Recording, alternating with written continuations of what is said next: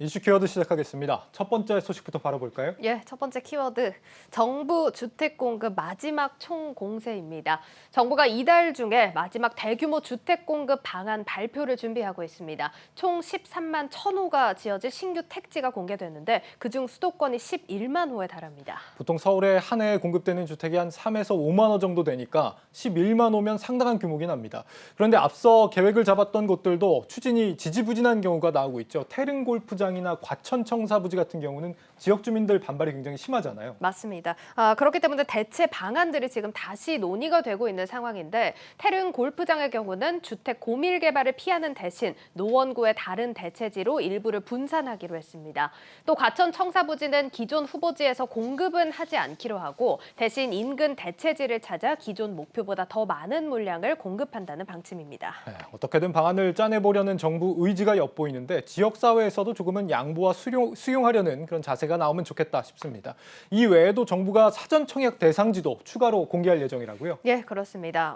지금까지 사전 청약은 LH 같은 공공건설사가 분양하는 경우에만 해왔었는데 여기에 더해서 공공택지에 민간 건설사가 짓는 주택으로도 이 사전 청약 물량을 늘리기로 했습니다. 정부는 민간 건설사들의 참여를 늘리기 위해서 이 참여한 건설사에 세금이나 대출 같은 인센티브를 주는 방안을 검토하고 있습니다. 정부가 주택 공급을 위해 안간힘을 쓰고 있다는 걸 알 수 있습니다. 이렇게 주택 공급을 늘리고 사전 청약을 확대하면 어떤 효과를 기대할 수 있을까요? 예, 일단 앞서 진행한 사전 청약이 흥행에 성공했습니다. 4,000호 공급에 9만 명이 몰렸는데 이렇게 사전 청약에 당첨된 수요자들은 앞으로 다른 주택을 매매하거나 또 청약을 하지 않기 때문에 주택 매수 수요를 줄일 수 있다는 예상이 나옵니다. 또 서울 주택 시장이 다시 불이 붙을 조짐을 보이고 있기 때문에 전세를 살고 있는 세입자들이나 이 매수를 꿈꾸는 무주택자들 모두 불안감이 심해지고 있습니다. 정부가 앞으로 주택 공급은 충분하다 이런 인식을 심어줘야 불안을 잠재울 수 있다는 분석이 나옵니다. 네, 요즘 금리가 많이 올랐습니다. 주택 공급 계획도 계속 보강되는 모습이고 그런데도 이 홍남기 부총리가 얘기한 집값 조정의 낌새 아직까지는 나타나지 않고 있습니다. 당장 지난달 서울 집값 상승률 1년 새 가장 컸다고 하죠. 아마 기재부 출신 관료들의 무능이 여실히 입증된 사례로 역사에 기억되지 않을까 싶네요. 다음 소식 볼까요? 예, 두 번째 키워드입니다.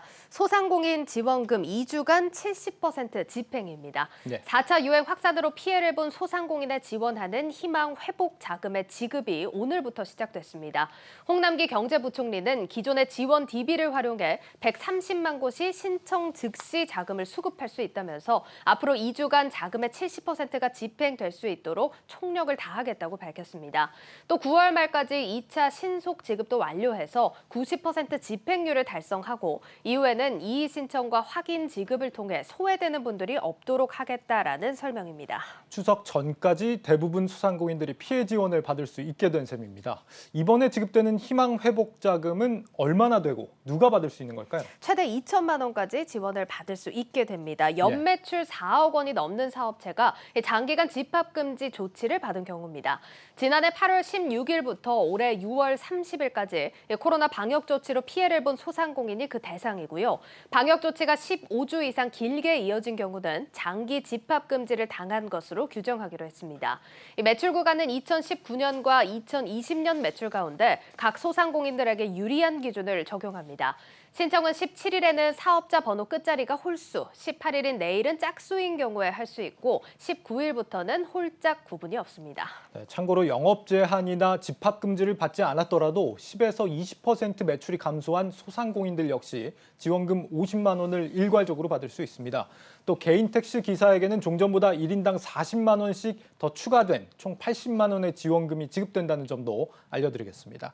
이번 피해 지원뿐 아니라 소상공인에 대한 공과금 유예도 더 연장된다죠? 예, 맞습니다. 사회보험료와 공과금 유예를 연장하는 방안도 검토되고 있는데 이달 중 또 발표될 예정입니다.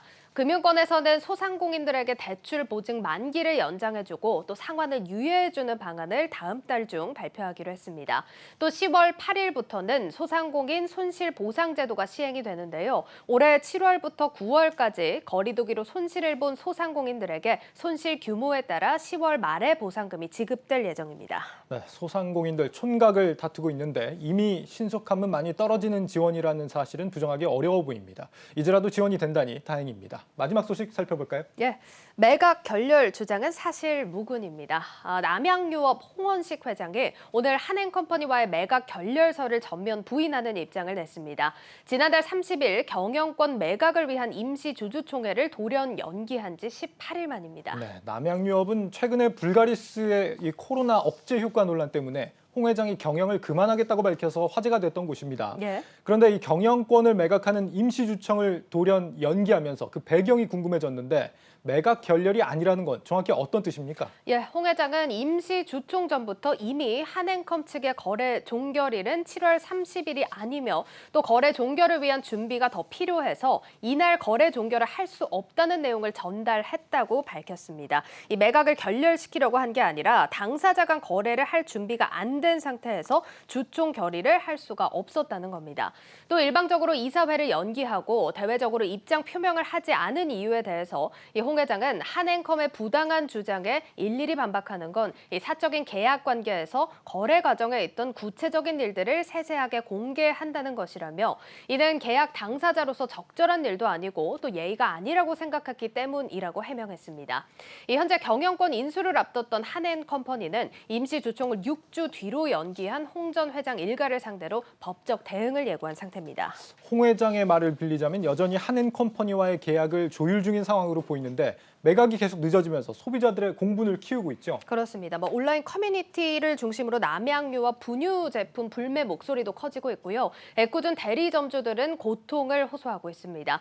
직원들도 더 이상의 오너 리스크는 없어야 한다면서 사퇴 약속 이행을 촉구하고 나섰습니다. 한행컴퍼니와의 소송이 길어진다면 남양유업 직원과 대리점들에게는 그야말로 큰 오너 리스크가 되지 않을까 싶습니다. 해결이 필요하겠네요. 이슈 키워드였습니다.